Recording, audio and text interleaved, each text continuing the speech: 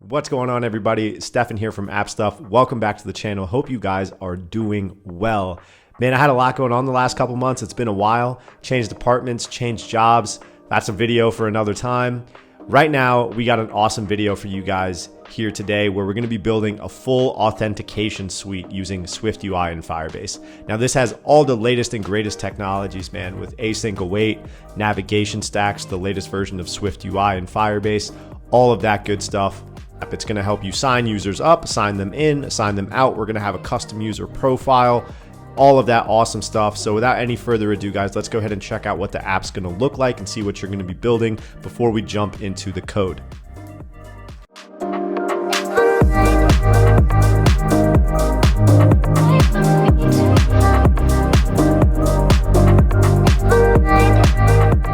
So we have our beautiful login page here. You guys see we have an icon, some custom input fields. We also have some form validation. So this button is not clickable right now until the user fills out the form here. Clicking this down at the bottom, we have our sign up page. So this is where a user would create their account if they don't have one. We also have a really awesome feature here, guys, that I love, which is confirming your password.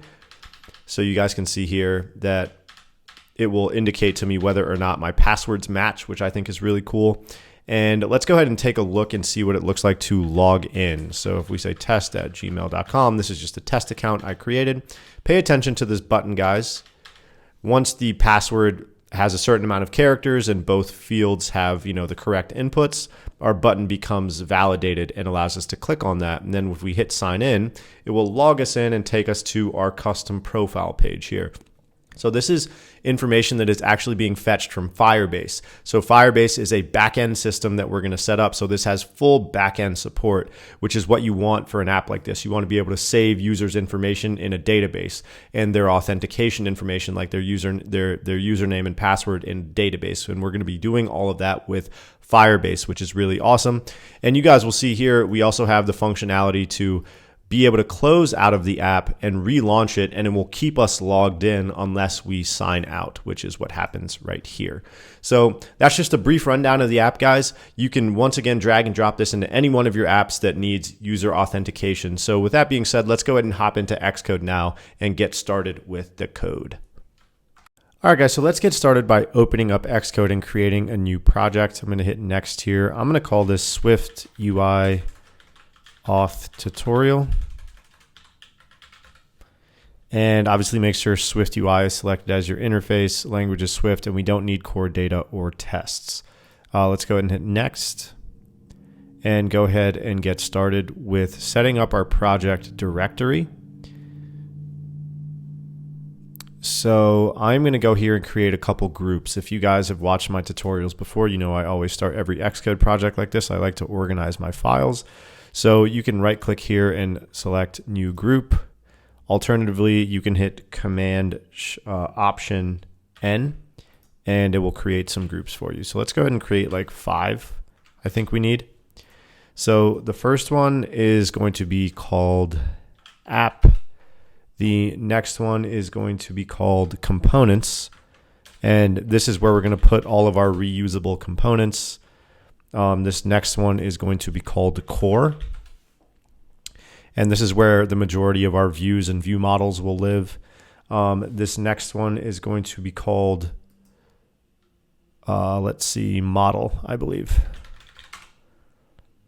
And I think that's all we need. So let's go ahead and just delete that last group. We only need 4: App, Components, Core, and Model.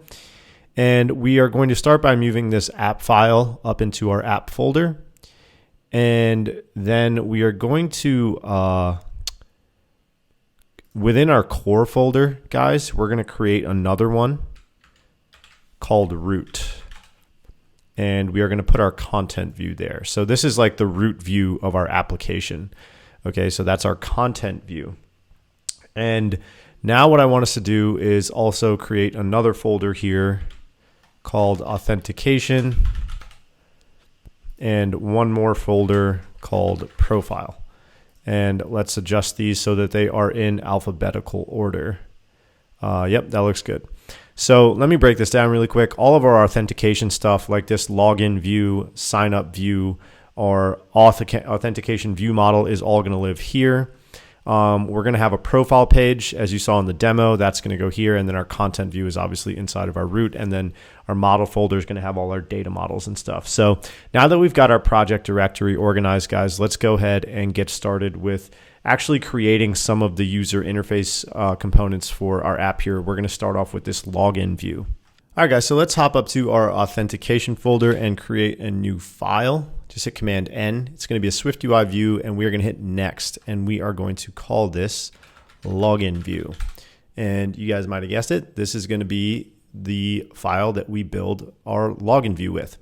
And let's go ahead and just get started right away. So immediately, guys, we want to note that we want to wrap this inside of a navigation stack. And that's because we want to be able to move back and forth between our login and sign up views. Okay, we need to use a navigation stack to do that. Keep in mind, I'm saying navigation stack, not navigation view. SwiftUI recently released a new API that replaced the old navigation views with something called a navigation stack. If you guys want to learn more about that, I have a tutorial for that. The link is in the description. Make sure you check that out now if you want to learn more about it with a fun tutorial. So let's go ahead and get started by wrapping this inside of a navigation stack. And within that, we are going to have a VStack because obviously we have a vertically stacked list of view components here. So we're going to say VStack, and let's go ahead and just create a quick outline for this. So we're going to say this is our image. Here is where we're going to put our form fields. And here's our sign in button. Here's our sign up button. So now let's go ahead and just get started with what we need to do, guys, to start rendering this out. So get started with the code. So before we do, I'm going to drag an asset into my project. You guys don't have this. It's part of the completed source code. You don't need it. You could literally just go to Google, download any image, and drop it into your Xcode project. But if you guys do want access to the source code, just head over to my website at stephancodes.com and check out my pricing plans. So any one of these plans will get you access to the YouTube courses, which this will be added to. But the other plans give you upgraded benefits, right? So the Diamond plan is the most popular right now. It gives you access to everything on the site for $40 a month. That's YouTube courses, pro courses, and all of the source code. So that's thousands of dollars worth of value for just $40 a month. So make sure you guys go ahead and check that out and sign up to become a member on the site to get stuff for free and to get discounts on awesome stuff. So let's go back to Xcode, and I'm going to now create my image here. Let me minimize this really quickly. So let's see, we're going to create an image, Firebase -logo. And guys, for those of you who don't know, this is obviously just the name of whatever is in your assets folder. We need to make this .resizable .scale to fill, and that's still going to look terrible. So we need to give it a frame of a width and a height of 100 by 120. And that looks great, right? And then we're going to say .padding .vertical 32 pixels, okay? So awesome. And at the bottom of all this, guys, in between sign in and sign up, let's go ahead and add a spacer. And that's just going to move this up to the top, which is exactly what we want. Now we're going to create these form fields, guys. So typically what I do is I would create this like the bad way, the newbie way of like copy and pasting pretty much the same code for these form fields. And you guys notice they're extremely similar. The only things that differ between them are the titles and the actual text that gets passed in. So instead of doing it the bad way first and refactoring it, I'm just going to skip straight to the good way. So we're going to create a reusable component for these input views. So we're going to go up to our components folder here and create a new file, and it's going to be a SwiftUI view, and we're going to call this input view. And having this as a reusable component is going to help us out a lot, guys, because especially as we get to the registration page and we see 4 of these fields, we don't want to copy and paste pretty much the same code 4 times. We're going to be able to reuse this input view and make our code way more efficient. And we're just going to set it up so that we can pass different things into it when we create it. You guys have probably seen me do stuff like this before, unless you're new to the channel. So it's also going to help us here. So anyway, let's go ahead and create this input view. We need to add a couple input initialization properties first. We need a binding var text, which is, which is a string, title, which is a string, let placeholder, which is also a string, and we're going to say var is secure field and default it to false. So we're going to see how we're going to use all of these in just a little bit. Let's go ahead and create the actual view now. So we are going to have a VStack, guys. And let's actually go ahead and give it the input parameters that it needs. So just go down to your preview struct and hit fix. Text, you can say .constant and just make it blank. Title is email address. And placeholder can be name at example.com. Let me spell that right. Okay, so we got all of our input params there. So this is basically what it's going to look like when we create an input view, guys. We're going to pass in some text parameter. In our case, it'll be a state property later. The title is what you see here for the input view, and the placeholder is what you're going to see here. And we'll get into this is secure guy in a little bit. So we're going to say text, and we're just going to pass in the title. So in this case, it would be email. In this case, it would be password. And we're going to say .foreground color is color .dark gray. .font weight .semi-bold .font is .footnote. Okay. And here's where we create the actual text field. So we're going to say if is secure field and else. So basically, guys, we want to be able to use this for a password field as well. So if we have this secure field property set to true, it's going to create a password or secure field for us. If not, it's just going to be a regular old text field. So we're going to say secure field. This is going to be our placeholder, and this is going to be our text. And we're going to say .font .system size of 14. And we can pretty much copy and paste this down in the else block and just make it a text field. And these properties are going to be the exact same. And lastly, we need a divider. And then we need to adjust some things about our VStack. We need to make the alignment.leading to align this all to the leading edge. And we are also going to make the spacing 12 pixels. Okay. So that looks really good right there. Don't worry about the padding just yet. We're going to handle all of that in the implementation view or the login view. So now that we have this awesome reusable component, and I reuse this all the time in my projects, guys, it's a really nice, clean input field with a title. So we can go back to login view, and we can now, first off, let's create two state properties for email and password. Cool. Now we are going to, on this form field section, create a VStack with spacing of 24 pixels. And we're going to say input view. Text is going to be $email. Title is going to be email address. And the placeholder is going to be name at example.com. And let me clean this up a little bit. Cool. And we're also going to set another property here, guys. We're going to say .auto capitalization is going to be .none. And that's because it's an email field and we don't want it to automatically capitalize things because email addresses shouldn't have capital letters. Okay. So once again, don't worry about the padding just yet. We're going to fix that in just a second. Now I'm going to create my input view for my password field. So the text is going to be $password. So I hope it's clear how that's working with the state and binding properties, guys. If that's confusing to you, once again, guess what? I got a tutorial for that. The link is going to be in the description if you are confused about the differences between state properties and binding properties. So we have a state property in the main view and a binding property on the child view, I'm going to call it, or the custom view that we just created. And we pass those along from the main view here, which is our login view, as state properties into the input view, which is a binding property. So now our title is going to be password, and this guy is going to say enter your password. So we can see how this nice reusable component makes our life way easier, right? Instead of copy and pasting all of this code that we see here, because all of this is pretty much going to be the same. The only thing that's going to be different is the title and the text parameter and whether or not it's a secure field. Speaking of, we need to go ahead and add that here.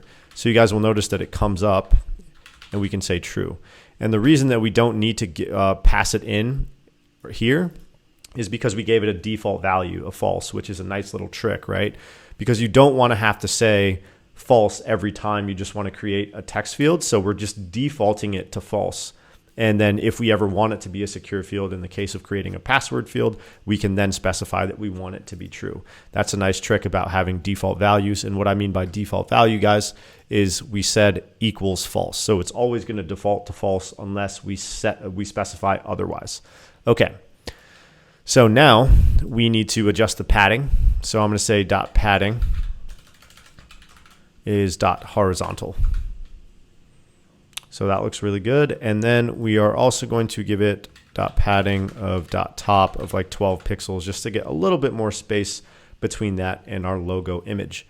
We are not going to be doing the forgot password option here, guys. That will be a part of the completed source code. We are just going to skip straight to the sign in and sign up buttons. So let's go ahead and create this button now. So I'm going to create a button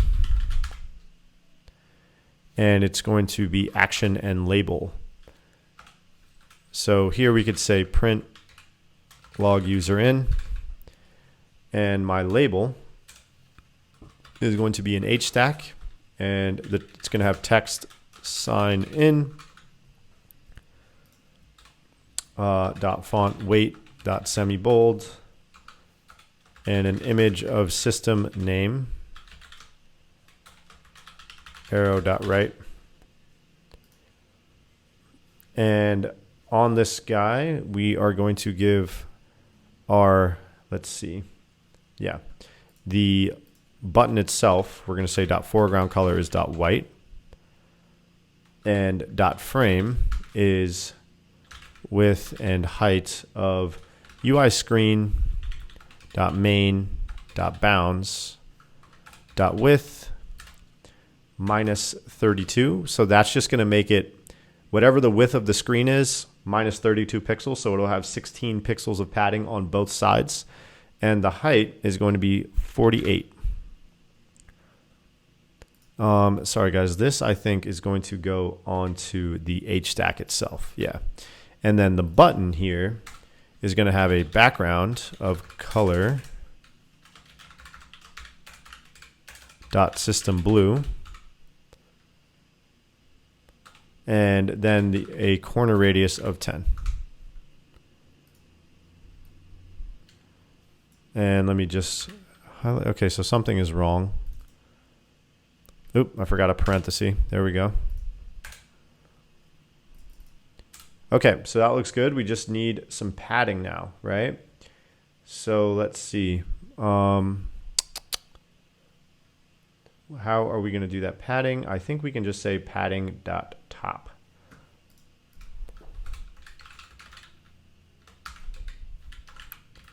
And let's make it like 24 pixels. Yep, that looks good. And now we need to, below our spacer, create our sign up button. So this is actually going to be a navigation link, guys. And let's see, navigation link, and which option are we going to use? I think we're going to just use destination and label. And you guys might be saying like, hey, this doesn't follow along with the new navigation stack API. And that's because this doesn't need to be a value-based navigation setup, right? It's just, we're just going from one place to another. We're not clicking on like an object that we need to create a navigation destination for. So navigation view has been deprecated, but this is not. So there's a reason SwiftUI left this in place, and that's because it's still viable to use this as an option. So before anybody starts freaking out and saying that I'm not doing this the right way, this is totally okay to do it this way. So we haven't set up our registration view yet, but we are going to create this label here. So let's see, it's going to be don't have an account, sign up. So we're going to say hstack text don't have an account. And then it's just going to be text after that, sign up. Okay, and it's going to be .font weight .bold.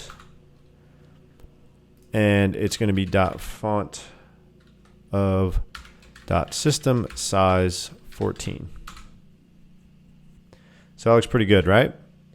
And we can actually make, you see that that's a little bit too much spacing there, guys. We can adjust the spacing of our components to 2 pixels, and it's going to bring that in nicely. You could even make it like 3 just to play around with it.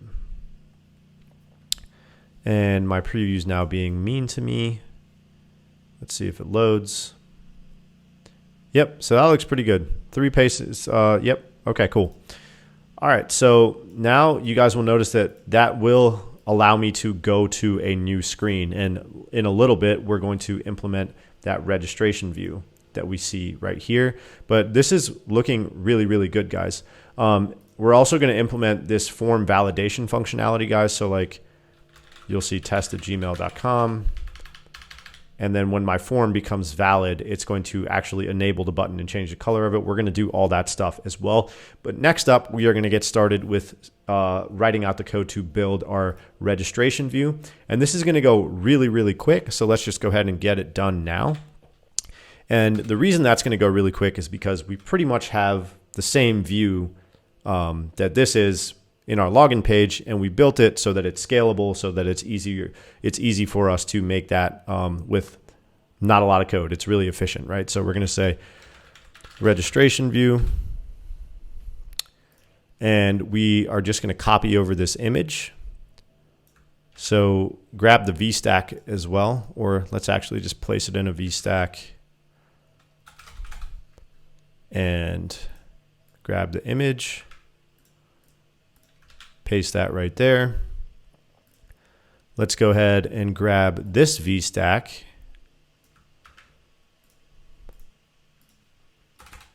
Paste that there.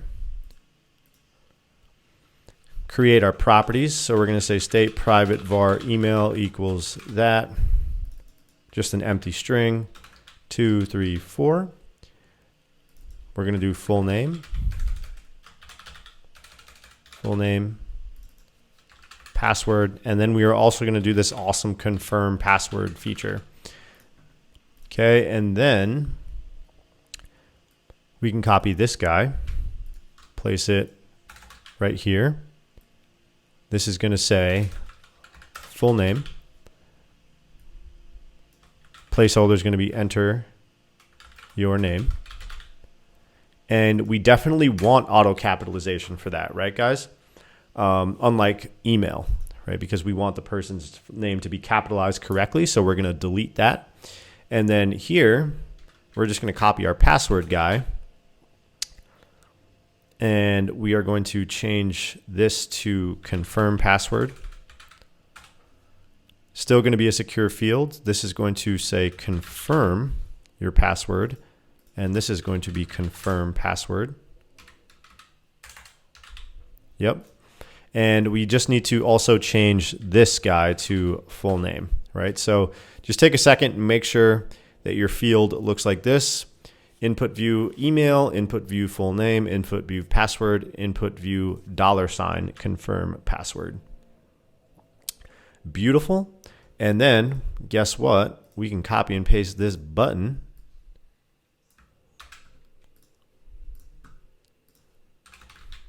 And you guys could make this button reusable as well. You could create like a subclass for this button, like much like you did with the input view. I'm just not going to do that in the interest of time. I've already showed you guys how to create a reusable component.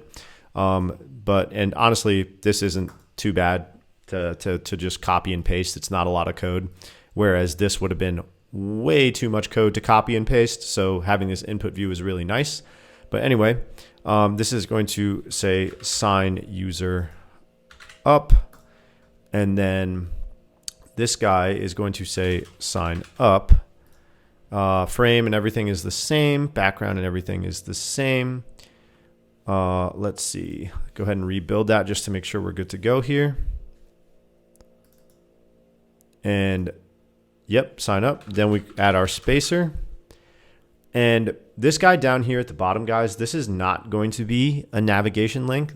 We just need to make sure that this pops our navigation back to the original screen. So what we can do for that is use this handy environment property. So you say \dismiss var dismiss. And then we can go down here and create a button with an action and a label. The action is going to be dismiss, and the label we can copy and paste from our login view right here. And this is going to say already have an account, sign in. Okay, so now let's actually just go ahead and test this out. Let's see if we can move back and forth between our views. So here in my navigation link, we want the destination to be my registration view. So let's let our preview load and wait for the moment of truth. So we're going to hit sign up, and check that out, guys. It goes right over to our registration view, and then we can hit sign in here to go back to our login view. There is one cleanup we have to make though. I don't like this back button here because I like the navigation bar to be hidden, as we can see in the completed app here, so that the transition looks smoother, right? The logo image is in the exact same place on both screens, and our back button serves as this little footer button down here. Whereas if you have that back button, it shoves everything down. We don't really need the navigation bar up at the top. So you can just go here inside of your login view when we create the registration view as the destination, and say .navigation bar back button hidden. And does that require an input parameter? Back button hidden. I don't know if we have to pass in like true or something there. Yes, we do. So yes, we want to say true. And now let's let this build. And you guys notice that that looks way cleaner, to me at least. You guys can keep the back button in there if you want. I just prefer it like this. So that pretty much wraps it up for the authentication flow UI.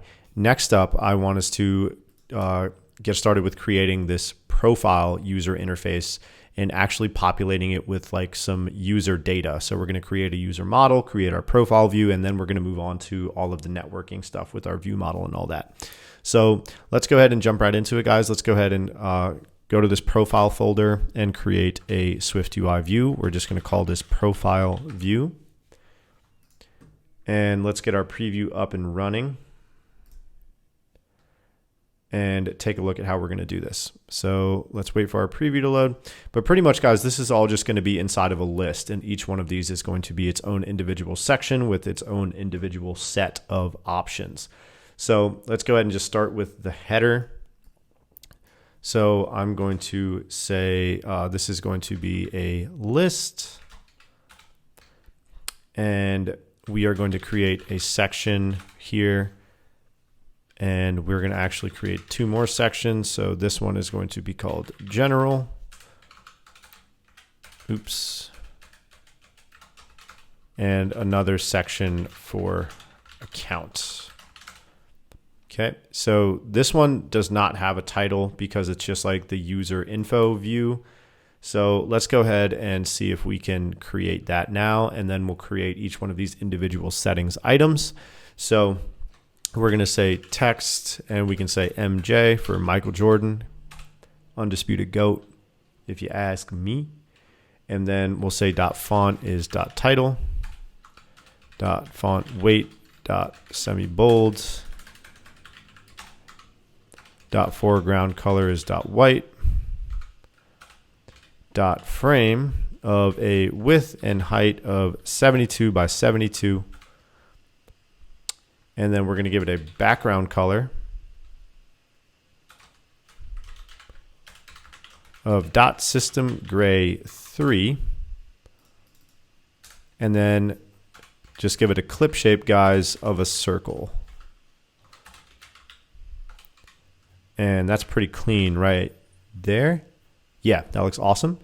And then, so this actually needs to be inside of an H stack, guys, because we see here that we have this horizontally stacked set of components. So let's just go ahead and command click on that, hold down command and click on it and say embed in H stack. And next up, we are going to create a V stack.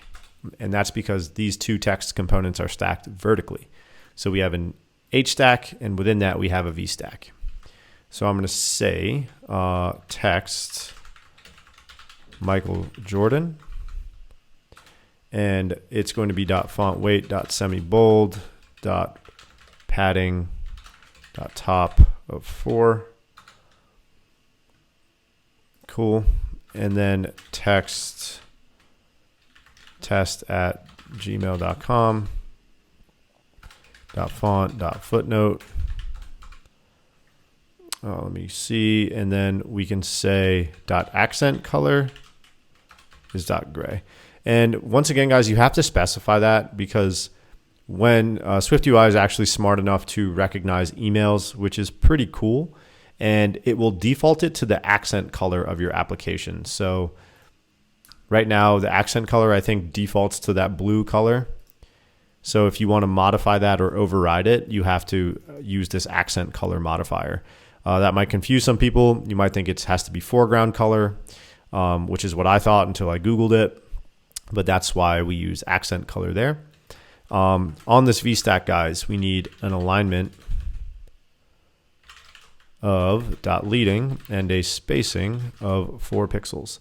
So let's go ahead and see how that looks. Awesome. And I think I want to give this a font of .subheadline.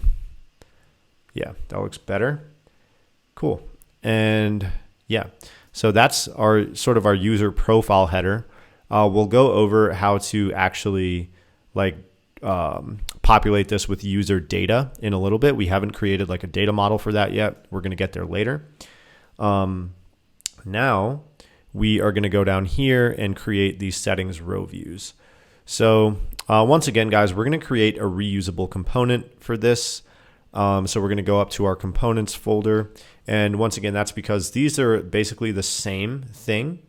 It's got an icon, a title, and an optional like thing at the end of it, like some sort of description parameter. So we're going to create a reusable component for that. SwiftUI view settings row view. And once again, that's in your components folder. And this is going to be pretty simple, right? So let's start with our input params. We're going to say let image name is a string, title is a string, let tint color be a color. Okay. And let's go ahead and pass these in here. So this is what it's going to look like when we create it. So this one, we can literally just say like gear, title, version, tint color, color dot system gray or something like that. And let's just go ahead and wait for our preview to load. Cool. Now we can create our actual row view and use these input params to populate it with what we want. So it's going to be an H stack, spacing of 12 pixels, image with a system name of our image name. So this is really just made to work with the Xcode system images, guys. If you want to work with custom images, you'd have to implement that functionality yourself. But pretty much for all these little like icons, the Xcode system images that you get from that SF Symbols app are pretty comprehensive, and I haven't found the need to download outside things for a while. So, and they keep on adding to it, which is great. So we're going to say .image scale is .small, .font is .title, .foreground color is the tint color. Okay, cool. And then next to that, we're going to say text title, .font, .subheadline, .foreground color of .black. Cool. And that's it. right? We just didn't want to have to copy and paste this a bunch of times. And, you know, obviously as your settings page or your profile page has a bunch of actual like real options, it's going to be a lot more than this. You would get really tired of copy and pasting this constantly. So let's go back to our profile view and implement that. So here we're going to pass it or create a settings row view, gear, version, and then it's going to be color dot system gray. And let's clean that up a little bit.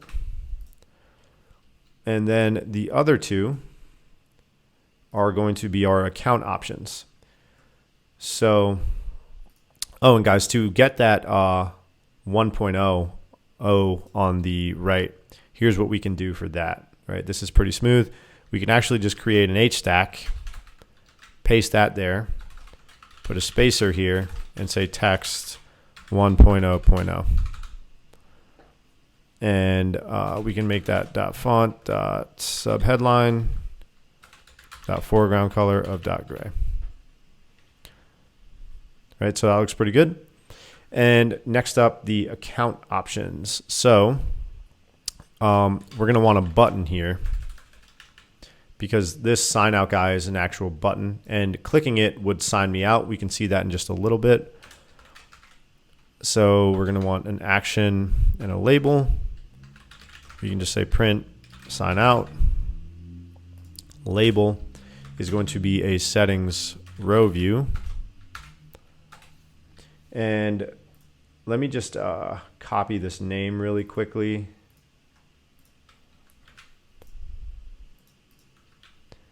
Oops, got to put quotes around that.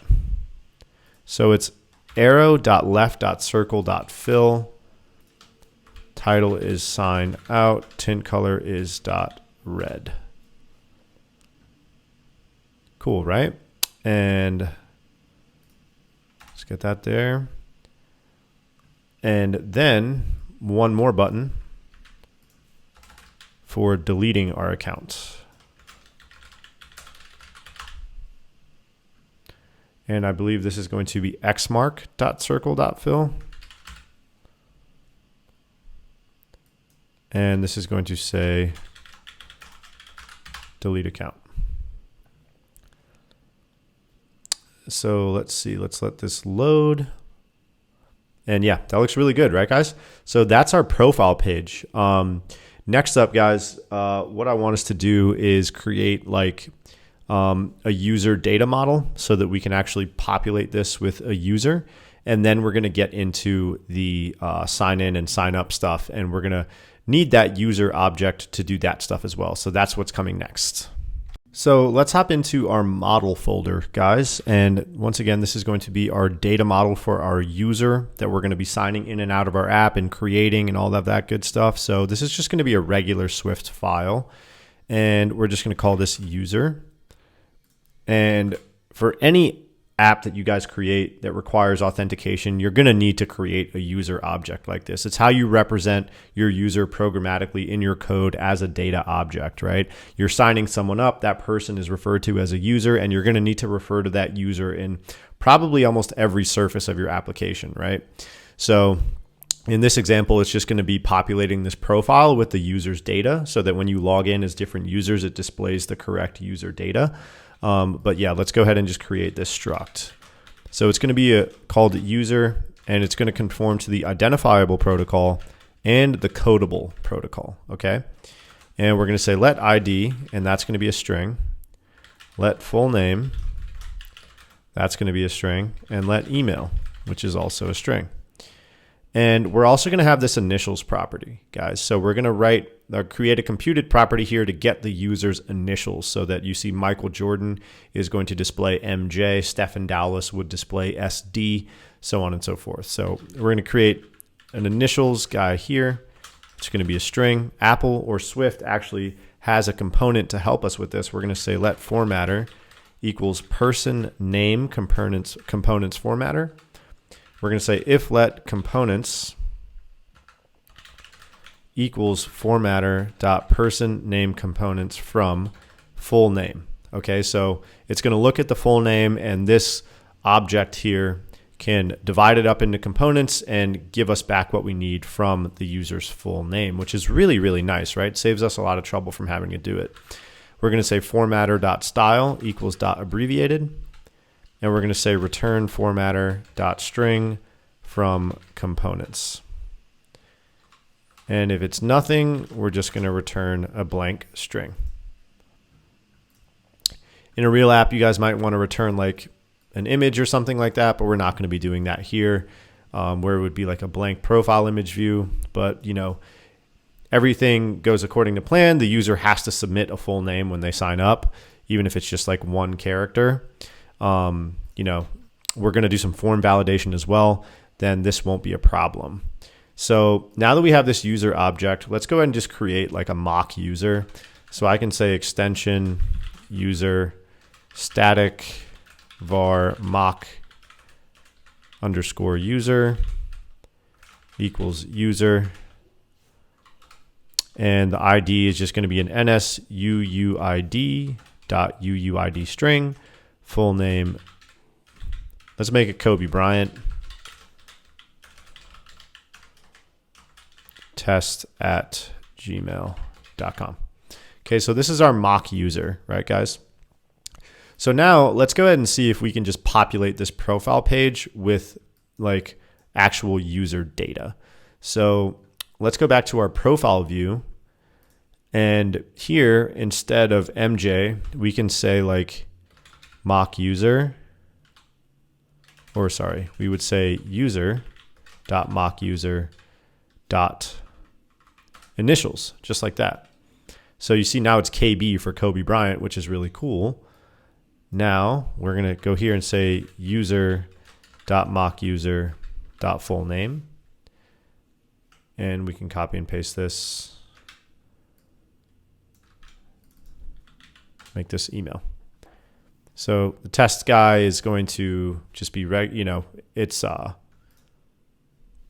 same between the two things. You can change it back in the mock user guy. It doesn't really matter. You guys will notice now that because this is weird, because this is a property that's coming from somewhere else now, it's just not a raw string right here. The accent color guide doesn't work. So here is where you could now change the foreground color to .gray. I just wanted to go over that technicality. It is pretty confusing, and I think it's a bug with in Swift that Apple needs to fix. I'm not sure if they ever will. It's pretty small, and it is kind of annoying. So hopefully they do fix that. Somebody submitted a complaint to them for me, please, because I don't feel like dealing with them. Anyway, so that looks really good. So now we have a user object. We are populating our profile page with actual user data. So now it's time for the big boy stuff, right? We need to set up Firebase so that we can have a service that authenticates users for us, creates them. We can log in with that. If you guys get the completed source code, you have options like forgetting a password and all that stuff. So that's what we're going to be doing next. We're going to be setting up Firebase, and then we're going to create an authentication view model to house all of the functionality for logging a user in, signing them up, signing them out, deleting their account, and all of that good stuff. And then we also need to do some presentation logic in the app so that, you know, if I hit sign out, it goes back to my login page. And if I were to close the app and relaunch it, you know, we want it to open to the correct page as well, right? I'm going to show you guys how to make it so that if the user signs into the app one time, unless they sign out, it will always direct them to the main interface of the app or that profile view, which is really cool. Unless you're building an app like a banking app or something where you want the user to have to log in every time. Typically, most apps don't do that. So we're going to be showing you how to do that here as well. So next up, we're going to set up Firebase, guys. Let's do it. So really quickly, before we set up our own Firebase project, I just want to show you guys what the completed one looks like so you have a better idea of what we're going to be using this for if you're not familiar with Firebase. So we have this authentication section, and this is where all of our user authentication is going to exist. We can see that we signed up with email, and this is our user ID when they signed in and when they created their account. And then our database is where we're going to actually store all of the user's information. So you can see here that this is Kobe Bryant's information and that this is Michael Jordan's information, so that we are actually going to be able to store this information in Firebase and retrieve it when a user logs in and display it in the application. This is the foundation of any application that stores or creates user profiles and authenticates users. So once again, you guys are going to just be able to drag and drop this whole feature into any app that you create that requires user profiles, accounts, or user authentication, whatever it may be. So let's go over to Firebase. If you guys have never done this before, go to console.firebase.google.com. You do need to be signed into a Google account to create or use Firebase and create a project. So here I'm going to call this SwiftUI Auth tutorial. Let's continue. We do not need analytics. Let's go ahead and create our project, and let's just go ahead and let it do its thing here. It moves pretty quickly, and what it's doing right now is literally just creating our Firebase project, and then we're going to set up authentication and our database. Awesome, we're ready to go. Just hit continue. And now, guys, what we're going to do is go to build and go to authentication. So on this left menu here, go to build and then go to authentication and hit get started. And this is where we're going to sign up or deal with handling our user authentication. So you can see we have a bunch of different providers. I'm going to be adding functionality to this. So if you guys, get the source code, you will get access to updates if you are a gold member and above, I believe. So you get added to the GitHub repository of this. So you get access to updates as they come, where I'm going to be adding stuff like Google sign-in, Facebook sign-in, and all that. But we are, for now, just going to be dealing with email and password sign-in. So go to enable and hit save. And let's see, we're good to go there. And then we're going to go back to build, and you're going to go to Firestore database, and we're going to set this up as well. So hit create database. And we are going to start in test mode.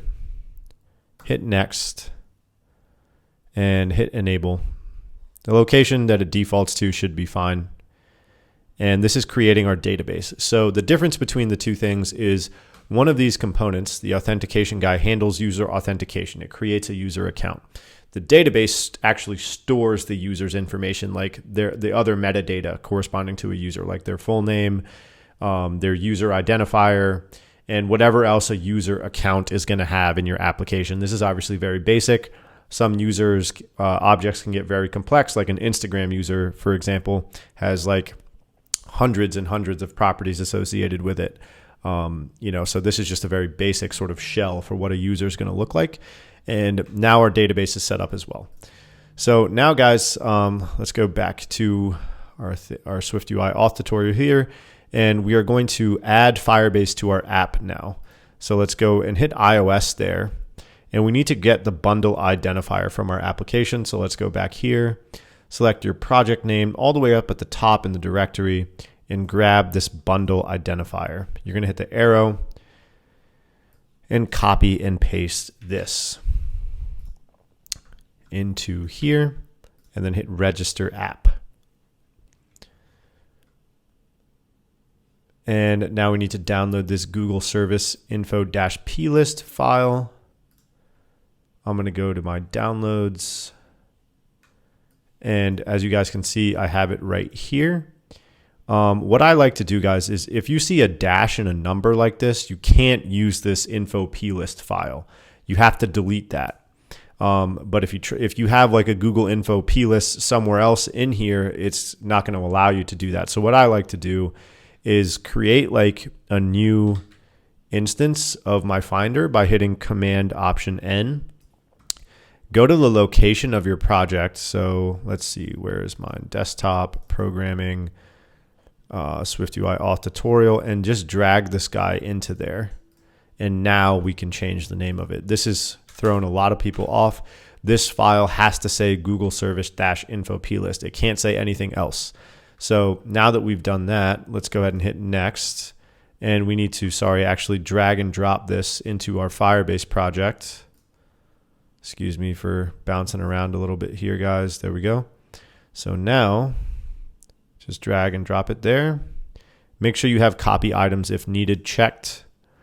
And now we have our Google service info plist. So for those of you wondering what this is for, this is just how our app is going to communicate with the Firebase server that we just set up, right? So it has things like our client ID, our reverse client ID, our API key, all of the things we need to securely communicate with our Firebase server. So, not just anybody can access that information. So guys, make sure you keep this information secret. Obviously, I don't care if you see mine because this is just a test project. Now what we need to do is install the Swift package into our Xcode project so that we can actually utilize the Firebase code. So basically, Firebase has written a bunch of code that we can use. We just have to integrate or download their code into our code base. And we're going to do that using the Swift package manager. So guys, go ahead and copy this. And let's go back to Xcode, file, and we are going to say add packages. Go ahead and paste that in there. Firebase iOS SDK and select add package. And this might take a second to do its thing. So we're going to get presented with a checklist here in just a second. So let's see. And I'll tell you guys which modules that we want to select for our project here. So we see this checklist here, guys. I'm going to go ahead and expand it just a little bit. Let's see which ones we need. So we don't need analytics or any of that. We do need Firebase auth for sure. We are going to also use Firebase Firestore. That's how we communicate with our database. And Firebase Firestore Swift as well. This enables us to actually encode and decode Firebase data that comes back from the Firebase servers. So I think that's good. If you guys want to work with images, do Firebase storage as well. We're not doing anything with profile images here, but I'll check it anyway. And then we just need to let all of these package dependencies install. So for those of you who don't know, Swift Package Manager is a much better alternative to CocoaPods because it enables us to not have to use an XC workspace or download CocoaPods from the terminal and all that. This is a much better alternative, as I'm sure you guys already know, but there are some people who are new to this and new to the channel. So, I got to explain all those little things like that. But anyway, now that we have Firebase set up, guys, we're actually going to be able to now start communicating with our Firebase servers to register users and log them in and sign them out and all that stuff. So that's what's coming next. We're going to be creating and setting up our authentication view model. So get excited for that, guys. So let's hop up into our authentication folder, and we're going to create two groups here, one for views and one for view models, guys, just to keep this organized. So obviously these two guys will go into our view folder, and let's put that there. And now we're going to go here into our view model folder and create this auth view model. So really quickly, let's talk about what the auth view model is going to be responsible for. I believe there was an error back there. Okay, yeah, that's good to go. So our authentication view model is going to be responsible for a couple things. It's going to be responsible for having all the functionality associated with authenticating our user, right? Making all those network calls and stuff. And ultimately, being in charge of updating our UI or sending notifications to our UI when we need to update it. So basically, what that's going to look like is like when I type in test@gmail.com and my password, my auth view model is going to handle the form validation, but it's also going to handle the networking for actually signing my user in, right? And then it's also going to send updates to my view so that it can present me with the right view when things successfully go through. So another thing it's going to do is, for example, if I said test like 1234@gmail.com and tried to sign in, I get an error message. It looks like there's no account associated with this email. Create an account to continue. That's because there's no account registered with this. Our authentication view model is going to handle all of the errors as well. So it's got some pretty big responsibilities behind it. So let's go ahead and get started with it, guys.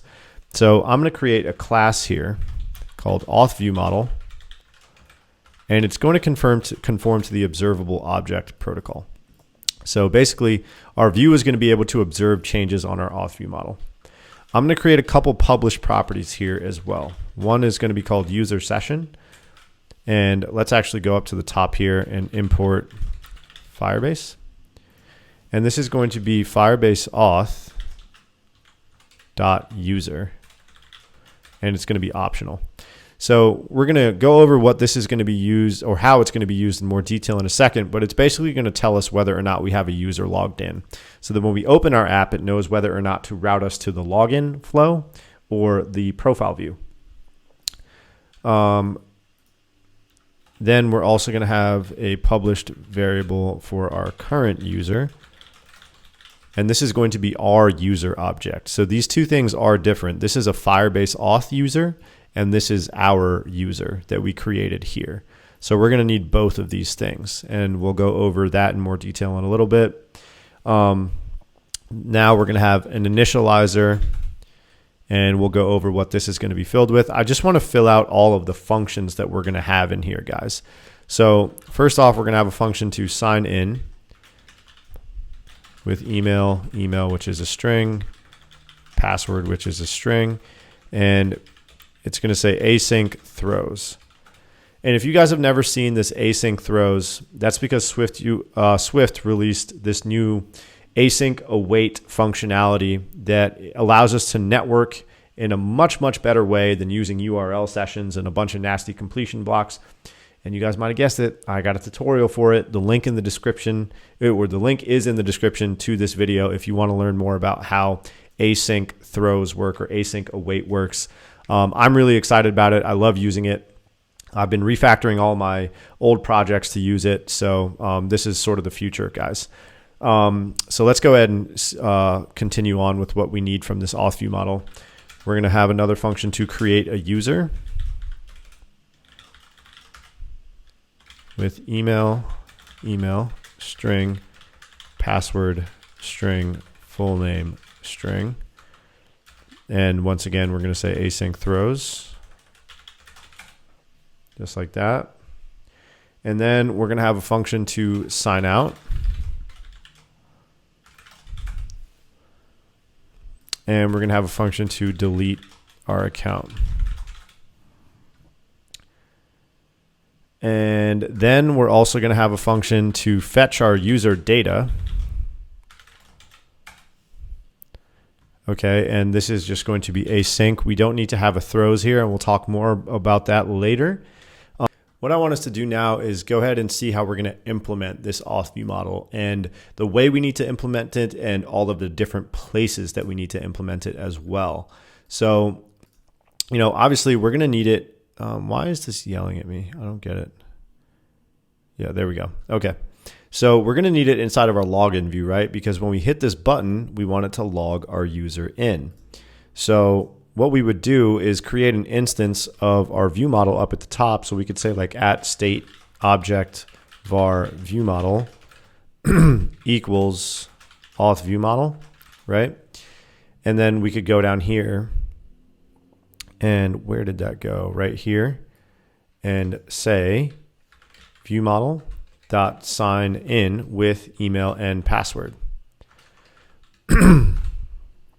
And because this is using async await, guys, we actually need to wrap this in a task and say try await view model dot sign in with email and password. So that's one way of doing it in terms of how we implement the view model. Like this functionality is good here. When we click the button, we want to call this sign in function that's on our view model. But this is going to get annoying because if you initialize it as a state object, because we also need this in our registration view, right?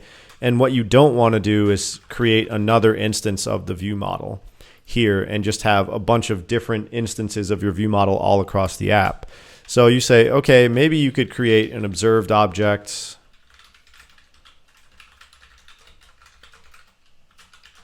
Auth view model. But then when we create the registration view, we need to initialize it with the view model, and that gets annoying as well. So the best thing to do, guys, is create an environment object here. And essentially an environment object gets initialized in one place and can be used in multiple or across multiple surfaces in the application, which is what we want here, because we also need to use this inside of our profile view as well. And we're also going to see that we want to use it in our content view as well. And we'll go over how exactly, but we need access to stuff about the user in every single surface of our app right now. The authentication flow, the profile view, and the main root view, the content view. So the best thing to do is to create an environment object, which is what we're going to do. We're going to say at state object var view model equals auth view model. And here we are going to set it as an environment object on our content view. And this way it's only initialized in one place. And guys, I do also have tutorials on the differences between state objects and observed objects and environment objects. So make sure you check that out. The link is in the description for all of that as well. It's very important to understand the differences between these things if you're going to build apps using SwiftUI.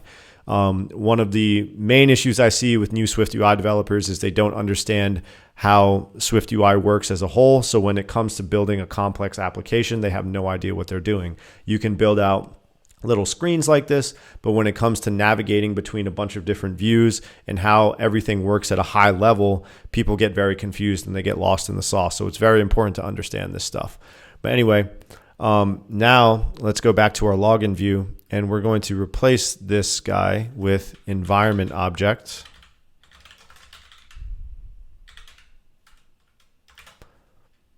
And you guys will notice that you can't initialize an environment object, right? You can only cast it. And that's because, once again, environment objects only get initialized once. So this is all good. And you guys will notice here with the way that we had this set up previously, it would ask us to pass that view model in, which is sort of annoying. So once again, we can just go here and say at environment object var, view model, auth view model. And now it just reads it from the environment that we're in, right? So we only initialized it in this one place, and now both of these views can use that view model accordingly. And it's also using the same instance of that. So it's only a single instance of the view model created. I know I'm harping on this, but it's very important to understand, as opposed to creating multiple instances of the view model. And if you guys are having trouble understanding what I mean there, like I said, go watch the videos that I mentioned about the difference between state objects and observed objects, and also brush up on your object-oriented programming principles. All that stuff is hard, but it's necessary if you want to be a good coder. Okay, so now back here, when we want to sign our user up, we're going to say task try await view model dot sign or create user, sorry, with email, sorry guys, email, password is our password, full name is our full name. For some reason, with the try await stuff, the SwiftUI autocomplete with functions sucks, and it kind of sticks you like that sometimes, but not a big deal. We got it done. And now let me go and just add some print statements to these functions in our auth view model so that we can make sure that this is all working correctly. And let's actually run our app, guys. So we haven't done that yet. So I'm going to select iPhone 14. I have the completed app on the iPhone 14 Pro. And let's just make sure all this stuff is working. I actually think it's going to open up to just our content view, which is this, which we don't want, right? So I'm going to actually go over with you guys how we want to set this content view up now, because we've built out this login view and our profile view and stuff, but our app is launching the content view on initialization, as we see here if we go to the app file. So basically, we want to just add some presentation logic, I like to call it, to help us figure out where we want to go. And basically the logic behind that is, if we have a user logged in, we take them to the profile view. If we don't, we take them to the authentication flow or the login view. And we are going to use our authentication view model to help us do that. So this is literally just going to open up to this hello world stuff. So let's go back and go environment object var view model, which is our auth view model. And we're going to replace all this stuff. We're going to say group, because we're going to have a group of views here. We're going to say if view model user session is not equal to nil and else. So see if you guys can figure out how to fill this in, right? And we'll talk about this property in a second. But basically, if there is a user session there, right, if it's not equal to nil, we're going to send them to the profile view. And if it is equal to nil, we're going to send them to the login view.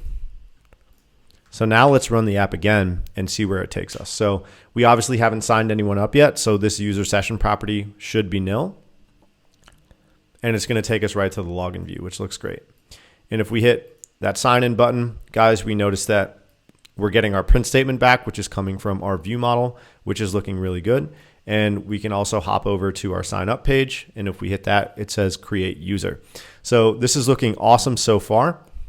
Now we're going to actually get into the implementation of these functions and how to use the Firebase code to actually, create our users and sign them up. And also then go over how we need to make things work within our app so that the navigation works correctly. For example, after I log in, I want it to take me to the profile view. I want it to fetch my user's information and display it in my profile and all that good stuff. So that's the next step, guys. This is really going to start coming together really, really soon. After that, we're going to do all the nice fancy form validation stuff, and you guys will have a complete authentication system for your app whenever you want to drop it in there, which is absolutely awesome. So let's continue. So let's get started with filling out this create user function, guys. So basically we want to fill this field out here, hit sign up, have it create a user for us in the back end with Firebase, and then have it navigate to our profile view once we create that user. So here's what this is going to look like. We are going to start this off by writing a do block and a catch block as well. And what we're going to say here is let result equal try await auth.create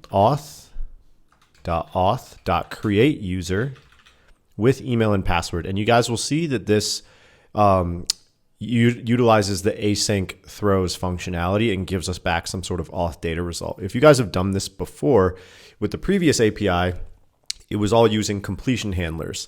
And as you can see, those get really messy, which is why we're using async await here. And once again, if this is totally confusing to you, make sure you check out my async await tutorial, and the link is in the description for that. So we're going to say create user with email and password.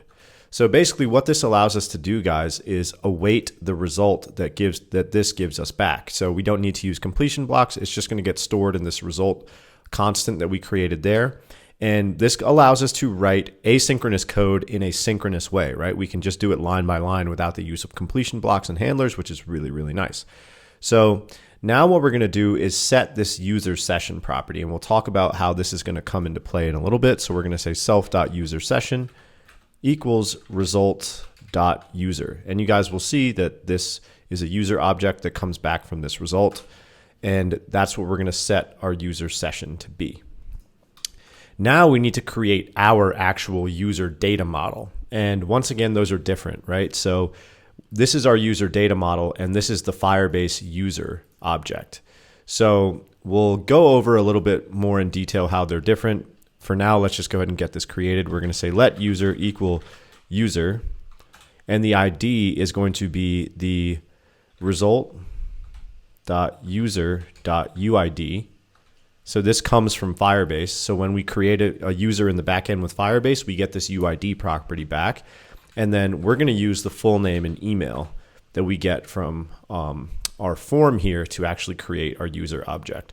So as you guys can see here, that this user object, the one that we created, has additional properties like the user's full name, their email address, and all that good stuff. Whereas the Firebase user object is just like a generic user object that Firebase creates for us on their back end that gives us things like the UID and all of that. So the user object that we've built in our model folder is where you would put all of the other fields that you want associated with a user, like maybe their phone number or their username or whatever, their date of birth, whatever it may be. All of that stuff, that's not encompassed in the Firebase user object. This is just what we get back when we create a user on the Firebase backend. So that's the difference between those two things. So then we're going to encode this user. So we're going to say guardlet encoded user equal firestore.encoder. And I think we need to go up here and import Firebase Firestore Swift. So now we can go here and say encoder.encode user. And this is just helping us utilize the codable protocol, guys. So we're going to say else return. And then we're going to say try await firestore.firestore.collection users dot document user.uid or .id dot set data, and then we can set that encoded user there. So that's looking good. And then in our catch block, we can just say for now print debug failed to create user with error.localized description. Okay. I think we need to add a try to this. Let's see. Yep. Stick a try in there.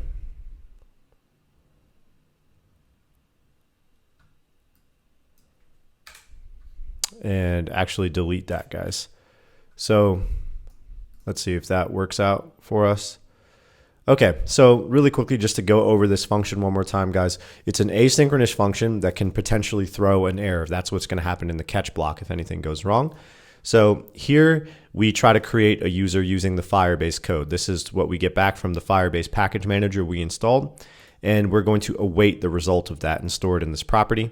Once we get it back, if we get a successful result back, we're going to set our user session property, and then we're going to create our user object and then encode that object through the codable protocol and then upload that data to Firestore. So then if anything goes wrong, we're going to hit this catch block here and it will print out an error description for us. So let's go ahead and run our app again. And if you guys remember, we are already calling this function back inside of our registration view. So we are good to go here, right? So let's go ahead and just run this and see if we can actually create a user. And now I also want to explain what's going to happen with this user session property. And we'll see what happens once we actually successfully sign a user up. I just want to see if some of our error messages are working and stuff like that. Okay, so let's go and try to sign up. We actually need to configure Firebase, guys. So we forgot to do that. So let's see, I believe need to go to the app file. And here we need to say init and go up to the top and import Firebase. And we're going to say Firebase app.configure.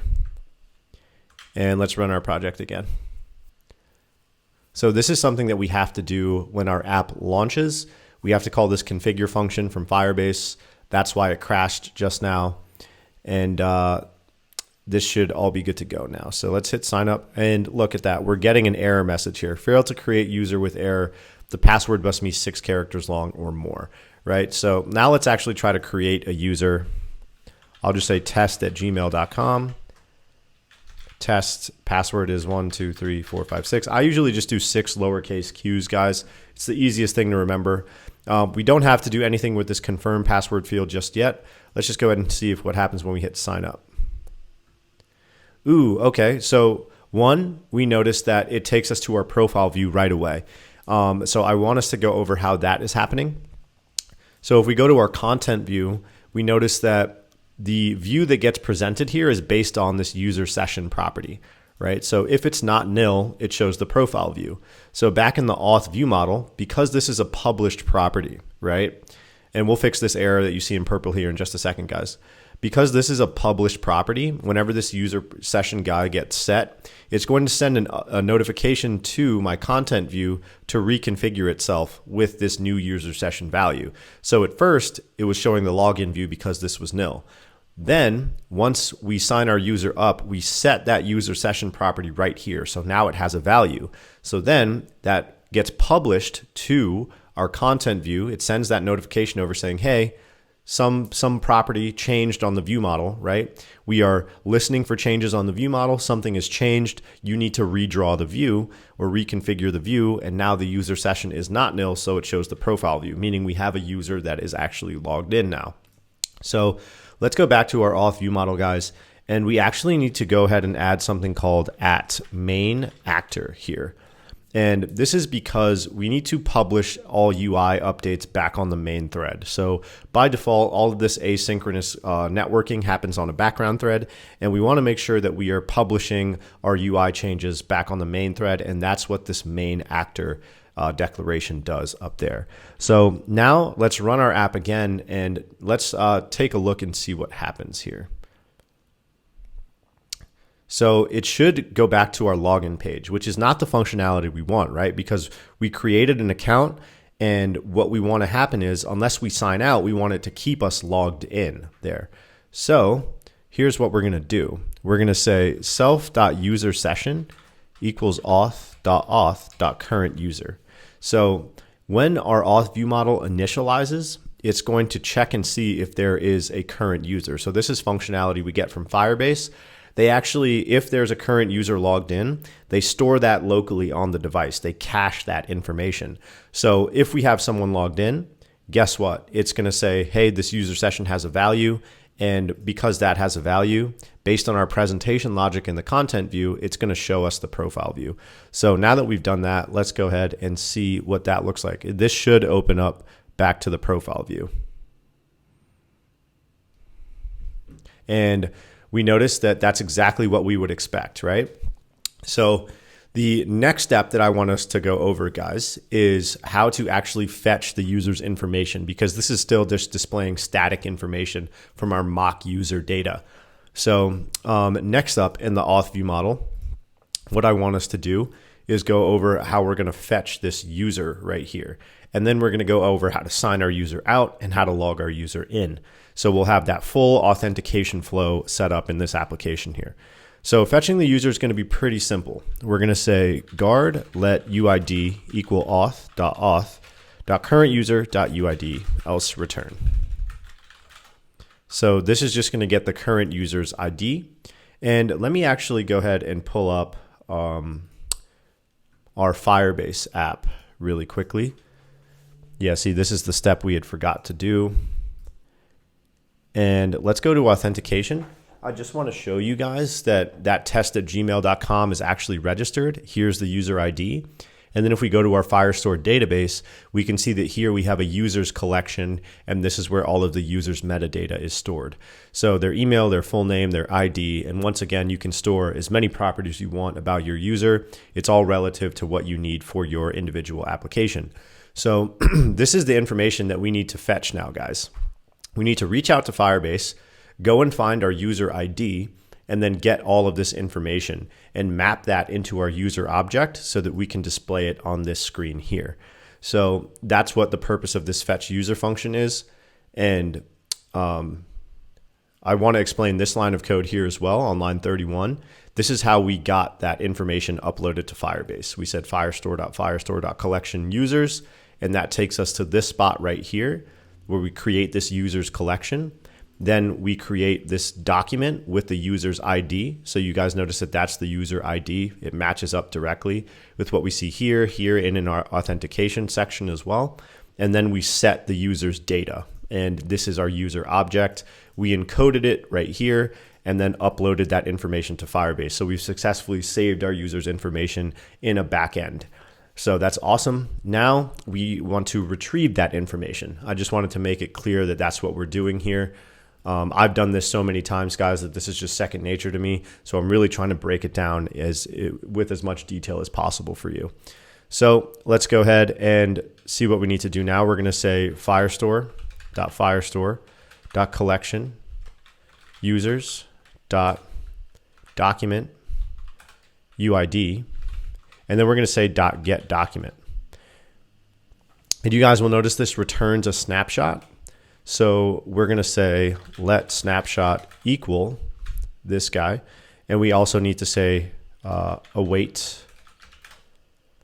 And I believe we need to say try as well. So let's add a try with a question mark. And I personally don't care to handle the error here for fetching the user. I just try to go and get it. You can handle the error if you want and implement this do catch style block there, but typically things don't go wrong here, so I typically don't bother with it.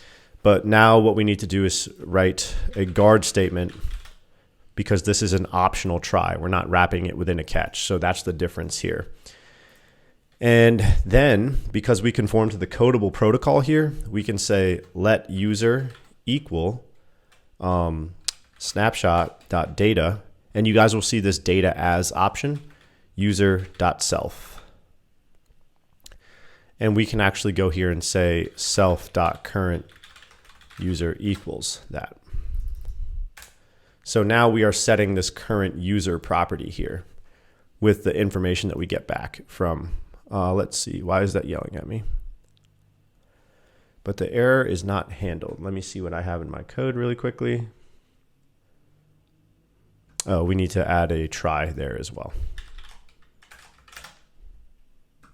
And actually, yep, that should work. Cool.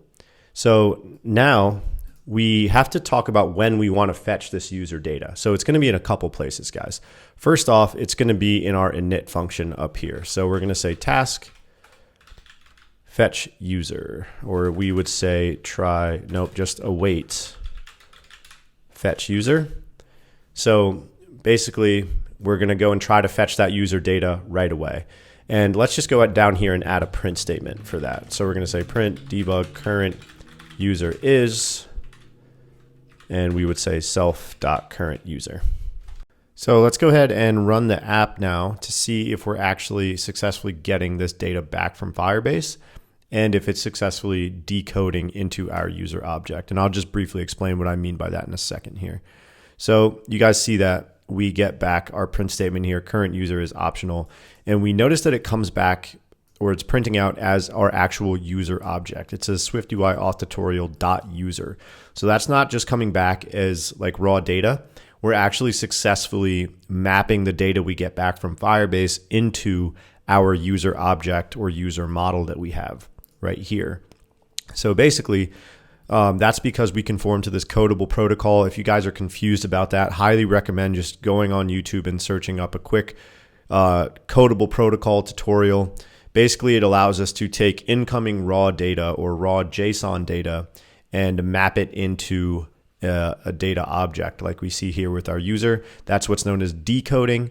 And then we saw what encoding was when we did this, when we encoded our user object. So this is the opposite process of that, right? It takes a user object and encodes it into JSON data so that we can upload it to Firebase. You can't just upload a user object like this to Firebase. It has to be in a raw data format, like a key value system or a dictionary system. So we're successfully getting that information back, which is awesome. We're calling that on fetch. So if there is a currently logged in user, it will go ahead and fetch this stuff. If there's not, it'll hit this guard statement and it'll stop right there. So we won't waste an API call, which is also awesome. And now I want us to talk really quickly about where else we need to put this. So really quickly, guys, you're going to want to put it at the end of your create user function. Okay. And let me explain why. Here, let me just take a look at my code to make sure everything is looking good. Yep. Okay, so after we upload the data to Firebase, right, it won't go into the next line until that process is done. And then we're just going to say await fetch user, just like that.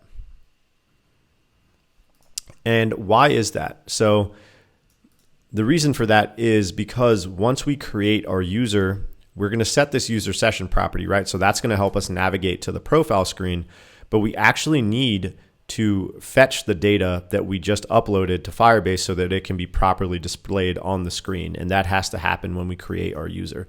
So we'll create another account in a little bit. I want us to go over now so we can see that working. But what I want us to do is now go over how to actually inject our user data into this profile screen.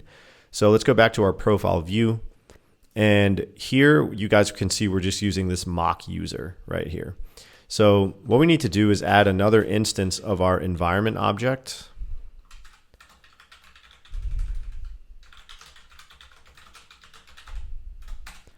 And what we're going to do is wrap this entire thing in an if-let statement. So let me just cut this with Command X and say if let user equals viewModel.currentUser, and then paste it all in there. And here we just replace user.mockUser with user. So that's going to be our user initials, user.fullname, user.email. And that looks good. And really quickly, guys, I think I want to change the full name here from test. Let's change it to Michael Jordan.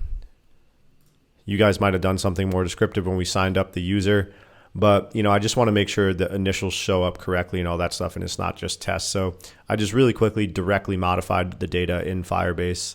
You want to try to avoid that if possible, but sometimes if you just need to test some things like we're doing here, it's okay. But now let's go ahead and run this again. And we should notice that once we get this current user guy, it'll populate our entire profile screen with the user's data that's coming back from Firebase. And you guys notice that that's exactly what's happening there, right? The user's name in Firebase is Michael Jordan. That's the test, the email, and then these are his initials. So that's looking really, really good. Next up, what I want us to do is go over how to sign a user out. So we're going to go back to our auth view model now and implement this sign out function. And this should trigger two events, right? It should make it so that it takes us back to our login screen within the app. So that's like what should happen client side. And on the back end, it should also execute that sign out functionality. So it actually signs us out with the Firebase servers as well. So there's two things we want to happen there. One thing on client side, which is the actual navigation. We want it to take us back to our login screen. And then we also want it to sign us out on the back end. So this is actually really simple, guys. We're just going to say do try auth.auth.signout. And we're going to say self.user_session equals nil, self.current_user equals nil. And here's our catch block.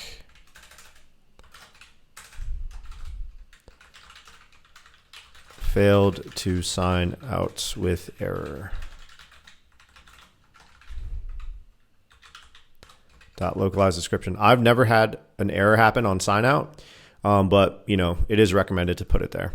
But let me just talk briefly about what these three lines of code are doing. So this line here signs out user on backend. This wipes out user session and takes us back to login screen. So if you guys remember, our presentation logic for our content view is all based on this user session property. So if we wipe it out or set it to nil, then it's going to take us back to our login screen. So basically, it's going to say, hey, something updated on the auth view model. My user session is now nil, therefore I will show the login view. And then we also want to wipe out our current user object, which is our data model, right? Because we don't want to hold on to that in any way, because then you might see a potential error happen where you log out as one user, log back in as another, and you might see the old data still presented there, which you don't want. So you want to wipe this guy out as well. So let me say wipes out current user data model. So that's what these three lines of code are doing. Now we just need to go ahead and implement this as in our profile view. So we'll go to profile view. We have print sign out. So here we're just going to say view model dot sign out. And if we run our app, we should notice that when we click on that button, it signs us out. So we're still logged in. That's great. It fetched our user information. That's great. We hit sign out. Perfect. It logs us out and takes us back to our login screen. Now to test and see if we are really logged out, then what we're going to want to do is launch the app again and verify that it takes us to our login screen. And that's exactly what it's doing. So this is working beautifully, guys. Next up, we're going to go over how to log our user in. So we are going to head back to our auth view model, and we are going to fill in this sign in function. So this one's pretty simple. We're gonna, once again, wrap this up in a do catch block. Let me fix that really quick. So we're gonna say do catch, and we are going to say let result equal try await auth.auth.sign in with email, email and password. So we're going to say pass in their email, password. And it's important to note, guys, that we are getting those from our input parameters. So we pass these parameters in when we call this function back in the login view, because that's where that information is coming from. The user has to fill in this form. We pass those values in when we call this function. So that looks good. Then we're going to say self.user_session equals result.user. And then we're going to say await fetch user. So I'm actually going to comment this out really quickly, just so you guys can see what happens if we don't call that function. And then here, guys, we're going to say print debug failed to log in with error.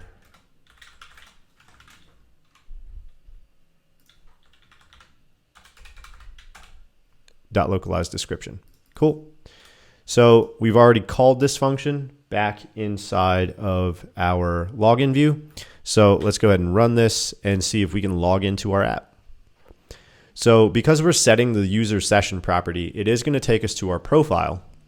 But since we're not fetching the user, I'm pretty sure that profile is going to be blank. So that's what's going to happen here. So let's log in with the account that we created, test@gmail.com. Hit sign in. And yep, so it logs us in, right? The screen changes, but because there's no user, right? This whole profile view is wrapped inside of this if let statement, right? So the user has to be there in order for this view to render. So in order for that to happen, we do have to call this fetch user function so that it goes and gets that logged in user from Firebase. And guys, it's very important that you wait to call that function until after you call the sign in function, because if you have to sign in first as the the user that you're trying to log in with, so that this UID guy exists and we can fetch the correct user information and display it in our profile view. So that's why we have to have that there in the login function.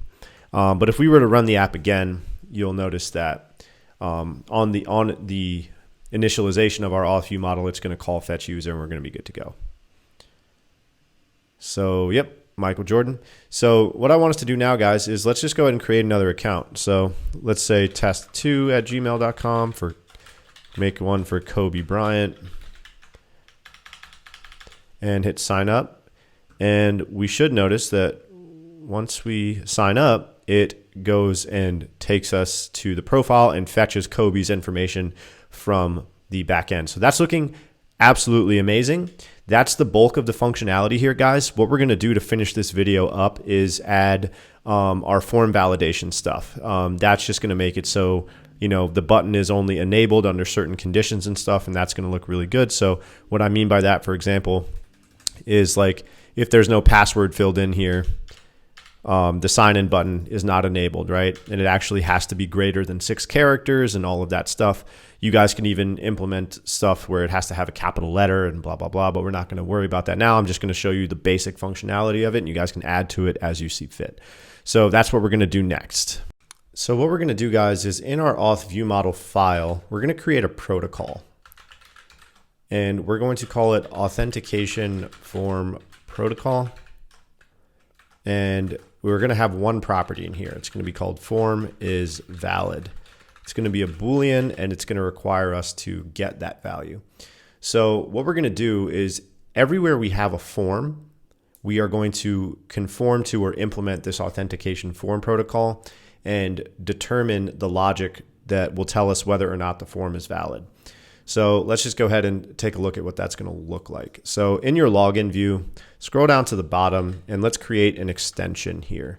So we're going to say login view, and we're going to conform to this authentication form protocol.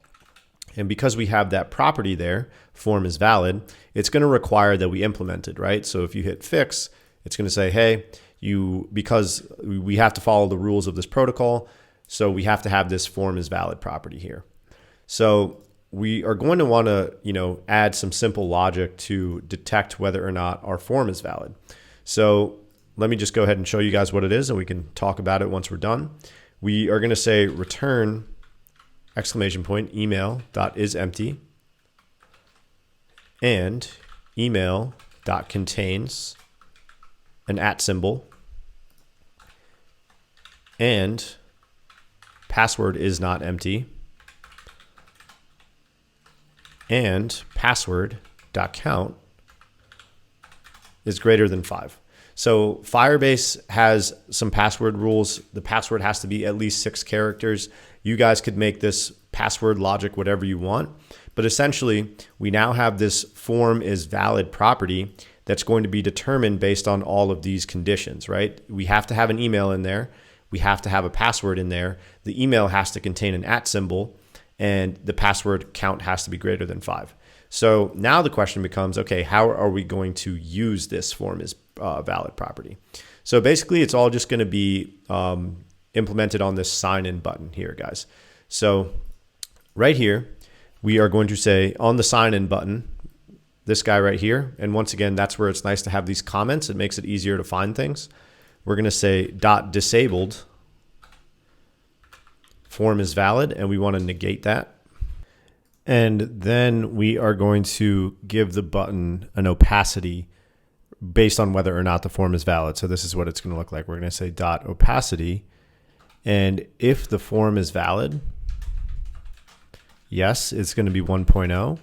No, it's going to be 0.5. So that's going to give it that faded look if the opacity is, if the form isn't valid.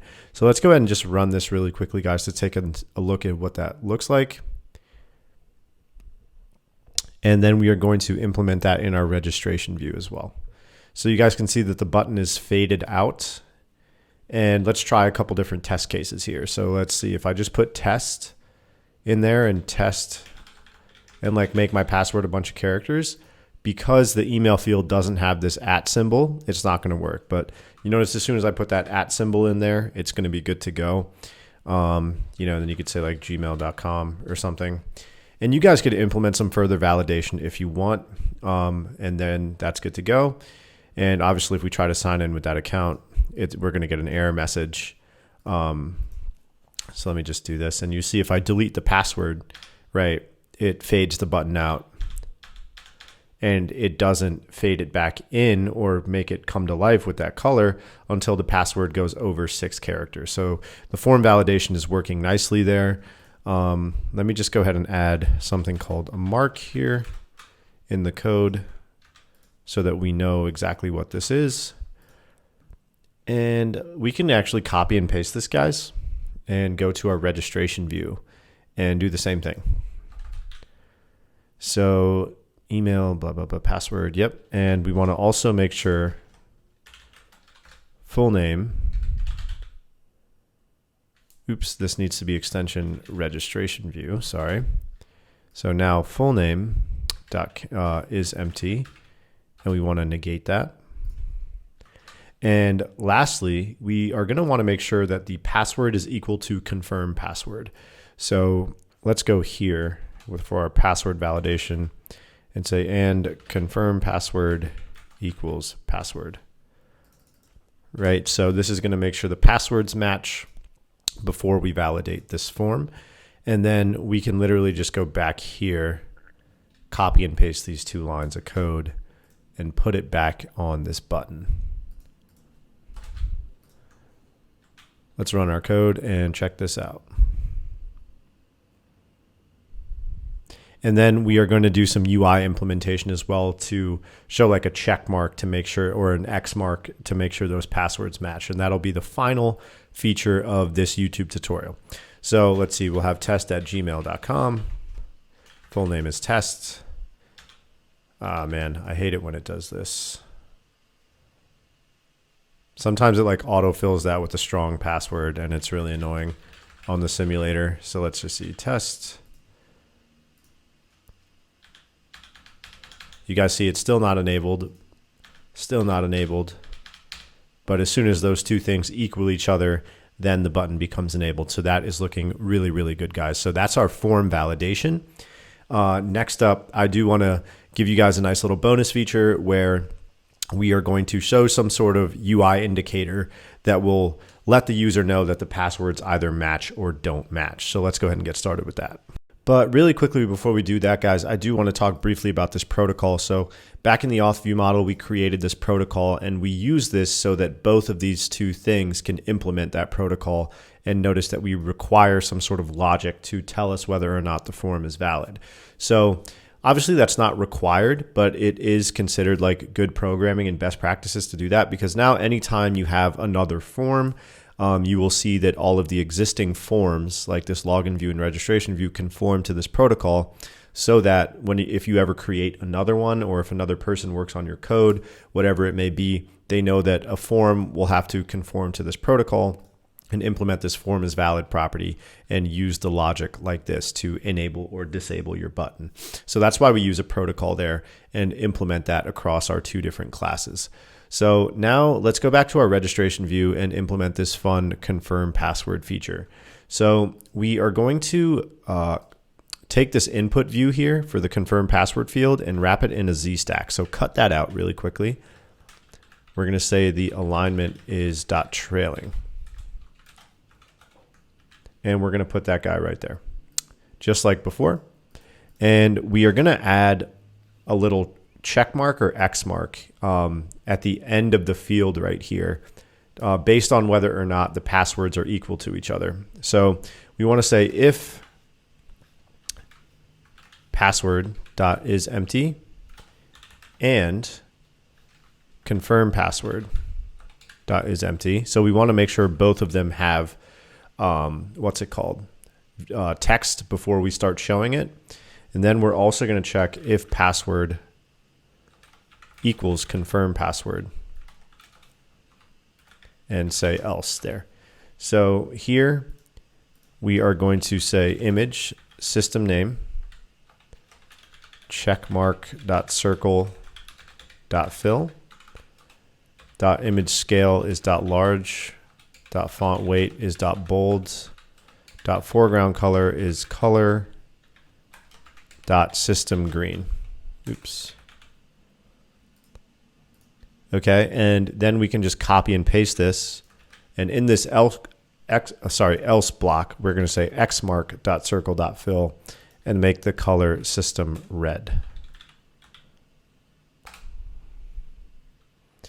Okay, so basically, guys, the logic here is saying that, hey, make sure both of these two fields have text. That's what this is doing, because as you're filling out the form, you don't want that to show up, right? You only want it to show up once the user has typed stuff into both of these fields. And then it's going to say, if the two things are equal, show a check mark right here. If they're not, show an X mark and the tint will be red. So let's go ahead and run this now and see if that works. And that's just a nice little bonus feature for you guys there to really improve the user interface and user experience of this app. So we're going to go sign up, test@gmail.com, test. So you guys will notice that if I start typing into this password field, nothing shows up here, right? Because we're requiring that both of the fields have text. So that's by design. And then you see here that now the X button starts showing up, right? Because they're not equal. And as soon as they are equal, that green check mark shows up to say, hey, your passwords match. If we change it, it goes back to X and it invalidates our form. And if they match, then this is green and everything is good to go. And that is pretty much going to wrap it up for the YouTube version of this app, guys. We have a full authentication setup here where we can log users in, sign them up, fetch their information from Firebase and all that awesome stuff. This can be dragged and dropped into literally any single project you have that requires user authentication or user profiles. The completed version of this app is going to have a couple extra features that are nice to haves. So for example, it's going to have custom custom error handling. It'll also have this forgot password feature so that users can reset their password via email. And in the future, I'm going to be adding social sign-ins like Google and Facebook and all of that stuff. And we also see here that we have like a custom loading indicator there as well. So once again, guys, if you want that source code, it is available on my website at stephancodes.com. Sign up for any one of these membership plans to get access to the YouTube courses. So that's everything you see here. I'll be adding this one right now. And signing up, like I said, gets you access to all of this stuff. And make sure you check out all of the other courses I have in the description to this video. So thanks so much for watching, guys. We'll see you in the next one. Peace out.